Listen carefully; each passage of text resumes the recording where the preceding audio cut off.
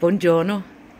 Jamen i dag er det kun Hotte Lotte, fordi i dag er det den 1. marts, og februar er overstået, og selvom det har regnet hele natten, så er der nu blå himmel og pipfugle i luften, og om lidt springer de 3 træer ud i min gård.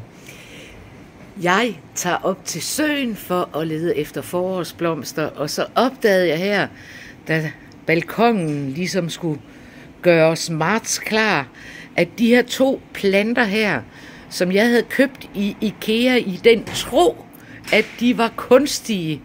Jeg synes, de var ret flotte som kunstige planter.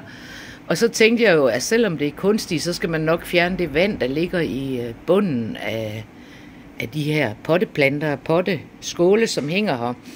Så fandt jeg sørme ud af, at det er ægte planter i jord.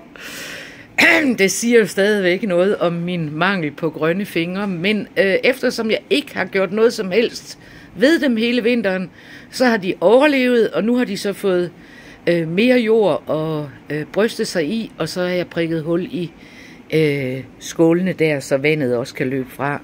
Så nu har jeg altså gjort noget ved dem, så nu ved jeg ikke, hvor længe de klarer den. Men ellers er jeg lidt stolt af min lille beskedne plantekasse her, fordi at rosen der, det er faktisk en fødselsdagsgave fra da jeg fyldte 60, og det er jo næsten 2 år siden. Og denne her lille buksbum, tror jeg det er, den har faktisk levet i flere år. Så jeg prøver bare at lade være med at gøre noget ved dem og tale pænt til dem.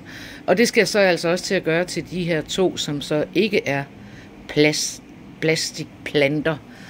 Og så har jeg jo min lille Omino, der holder øje med det hele. Min Umarel, der ser til, om alt går rigtigt for sig i gården. En Umarel er jo sådan en pensioneret mand, der står med hænderne på ryggen og giver gode råd, som ingen har bedt om. Kan I have en rigtig god marts? Ciao fra Hotte Lotte.